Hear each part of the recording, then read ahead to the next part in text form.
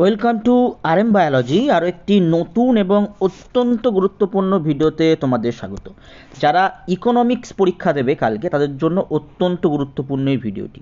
এই ভিডিওতে তোমরা 22টা ইকোনমিক্সের সেট পাবে উত্তর সহ। তাই ভিডিওটি শেষ পর্যন্ত দেখো। যারা চ্যানেলে নতুন, চ্যানেলটি অবশ্যই করে সাবস্ক্রাইব করে নিও। এবং উত্তরগুলো কিন্তু সম্পূর্ণ বোর্ডের তৈরি করা। দেখো প্রথম তোমরা সেটটা দেখতে পাচ্ছ, আমি স্ক্রল করছি। দেখো এখানে প্রথম তোমাদের যে পার্ট এ থাকে, পার্ট এতে দেখো 60 মার্কস থাকে। সেখানে দেখো কি আছে, ব্যক্তিগত চাহিদা নির্ধারণকারী যে কোনো দুটি বিষয়ের নাম উল্লেখ করো। 1 কেজি মাছের দাম 120 টাকা হলে তার চাহিদা 200 কেজি। যদি প্রতি কেজি মূল্য কমে 100 টাকা হয় তবে চাহিদা বৃদ্ধি পেয়ে হবে 300 কেজি। মাছের চাহিদা স্থিতিস্থাপকতা নির্ণয় করো। এই প্রশ্নগুলো কিন্তু সেট 1-এ আছে। এখানে দেখো 2x10 অর্থাৎ 10টা প্রশ্ন আছে 2 নম্বর করে। তারপরে দেখো 8টা প্রশ্ন আছে তোমাদের এই জায়গাটাতে, সেটা 5 নাম্বার করে আছে, 40 নাম্বার। ঠিক তারপরেই পার্ট বিতে সেখানে দেখো কত আছে, 20 নম্বর। অর্থাৎ তোমাদের 60 আর 20 80 নম্বরের পরীক্ষা হয়। দেখো এখানে কি আছে, এখানে সব এমসিকিউগুলো আছে। এগুলোর কিন্তু একদম যথোপযুক্ত উত্তর তোমরা কিন্তু এই পিডিএফেই পেয়ে যাবে। এই পিডিএফটি কালেক্ট করতে হলে ভিডিওটি কিন্তু শেষ পর্যন্ত দেখতে হবে। দেখো প্রথম আছে কোন প্রকার ব্যয়রেখা কখনো ইউ আকৃতির হয় না। কোনো ফার্ম স্বাভাবিক মুনাফা অর্জন করলে কি হবে। তো এই প্রশ্নগুলো কিন্তু তোমাদের জন্য ইম্পর্টেন্ট। 22টা সেট পুরোটা দেখানো তো একটা ভিডিও মারফত সম্ভব নয়, আমি কয়েকটা সেট তোমাদের দেখিয়ে দিচ্ছি। বাকি এই পিডিএফটা আমি কিন্তু আপলোড করে দেবো ডেসক্রিপশন বক্সে, তোমরা সেখান থেকে কিন্তু ডাউনলোড করে নিতে পারবে। তারপরে দেখো তোমাদের শূন্যস্থান পূরণ আছে। এবার আমি তোমাদের উত্তরগুলো দেখিয়ে, দেখো এই উত্তর প্রথমে আছে পার্ট এর উত্তর। দেখো যেটা ছিল দুটো লিখতে বলেছিল, ভোক্তার আয় আর দ্রব্যের দাম। তারপরে মাছের যে স্থিতিস্থাপকতা ছিল দেখো -3, সেখানে তাহলে কত হবে, 3 হবে। তো এই রকমভাবে তোমরা কিন্তু এই উত্তরগুলোও পেয়ে যাবে। যদি আমরা এবারে এমসিকিউ পার্টটা দেখিনি, দেখো পার্ট বিরও একদম যথোপযুক্ত উত্তর করে দেয়া আছে। এরপর আমরা সেট 2-তে চলে যাই। দেখো সেট 2-তে আয় প্রভাব বলতে কি বোঝো, চাহিদা স্থিতিস্থাপকতা নির্ধারণ করে দুটি বিষয় উল্লেখ করো, গড় স্থির ব্যয়রেখার আকৃতি কীরূপ হয়, ডাব্লিউটিওর দুটি কাজ, নরসিংহম কমিটির দুটি সুপারিশ। তারপরে দেখো 5 নম্বরের যে প্রশ্নগুলো হয় 8টা, সেখানে দেখো এই প্রশ্নগুলো কিন্তু আছে। এই প্রশ্নগুলো অত্যন্ত গুরুত্বপূর্ণ। তারপরে দেখো পার্ট বি, সেট 2-র পার্ট বি। এরকমভাবে কিন্তু 22খানা সেট এখানে আছে এবং প্রত্যেকটা সেটের সম্পূর্ণ উত্তর করে দেওয়া আছে। দেখো এই যে উত্তরগুলো তোমরা দেখতে পাচ্ছ, সম্পূর্ণ উত্তর করে দেওয়া রয়েছে।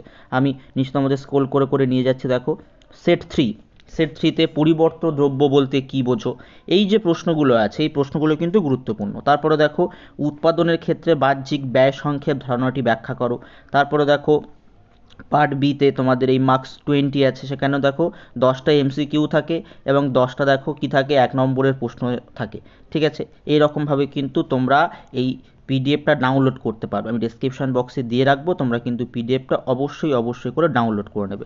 দেখো আমরা 4th নম্বর সেটে যাই। দেখো 4th সেট তোমরা লক্ষ্য করবে কি, যেগুলো কমন পাচ্ছ প্রতিটা সেটে প্রায় দেখবে 2-3টে কোশ্চেন কিন্তু টপিক ওয়াইজ কমন আছে। সেই প্রশ্নগুলো কিন্তু অবশ্যই করে যেও। এই যে মডেল কোশ্চেন উইথ অ্যান্সার কিটা, এটা কিন্তু সম্পূর্ণ বোর্ড এটা প্রকাশ করে, সবার কাছে থাকে না এটা।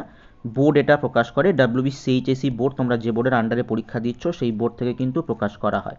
তাই যারা চ্যানেল নতুন, চ্যানেলটি অবশ্যই করে সাবস্ক্রাইব করে দিও এরকম মডেল অ্যান্সার কি পাওয়ার জন্য। দেখো আমি স্ক্রোল করছি নিচের দিকে। দেখো তারপরে দেখো আমরা এই অ্যান্সার কি দেখে নিচ্ছি, যে 4th সেট তার অ্যান্সার কি, একদম ডিটেলস অ্যান্সার কি দেওয়া রয়েছে। দেখো সম্পূর্ণ যে একটা দেয়া আছে একটা দেয়া নেই সেরকম কিন্তু না, পুরো ডিটেলস অ্যান্সার কি তোমাদের কিন্তু দেওয়া রয়েছে। সেট 5 এরকমভাবে কিন্তু 22খানা সেট আছে। আমি স্ক্রোল করছি, দেখো 22খানা সেট এরকম আছে। ভিডিওটি প্রচুর পরিমাণে শেয়ার করে দাও। যারা চ্যানেল নতুন, চ্যানেলটি অবশ্যই করে সাবস্ক্রাইব করে দাও। দেখো ঠিক 6 নম্বর সেটে চলে এলাম। 6 নম্বর সেটে দেখবে উত্তর আমরা দেখে নিই। 6 নম্বর সেটের উত্তরও এখানে পেয়ে যাবে। দেখো 6 নম্বর সেটের উত্তরও দেওয়া আছে। তো এই ভিডিওটি তোমরা শেষ পর্যন্ত দেখো, শেষ পর্যন্ত দেখলে তোমরা কিন্তু এটা ডাউনলোড করতে। তখন আমরা 7 নম্বর সেটে চলে এসেছি। 7 নম্বরতে প্রান্তিক উপযোগ কাকে বলে, পরিবর্ত দ্রব্যের ক্ষেত্রে চাহিদার পারস্পরিক দামগত স্থিতিস্থাপকতা কীরূপ, ভারসাম্য বাজেট গুণক বলতে কী বোঝো, গিনি সহগের দুটি বৈশিষ্ট্য লক্ষ্য। এই সমস্ত প্রশ্ন কিন্তু অত্যন্ত উল্লেখযোগ্য বা অত্যন্ত গুরুত্বপূর্ণ এবছর তোমাদের জন্য। ঠিক আছে, এটা কিন্তু সম্পূর্ণ তোমাদের যে বোর্ড পরীক্ষা নিচ্ছে সেই বোর্ড এই বইটা বের করে সমস্ত ডিপার্টমেন্টে, সায়েন্স, আর্টস, কমার্সের কিন্তু এই বইটা তোমাদের কিন্তু বের করা হয়।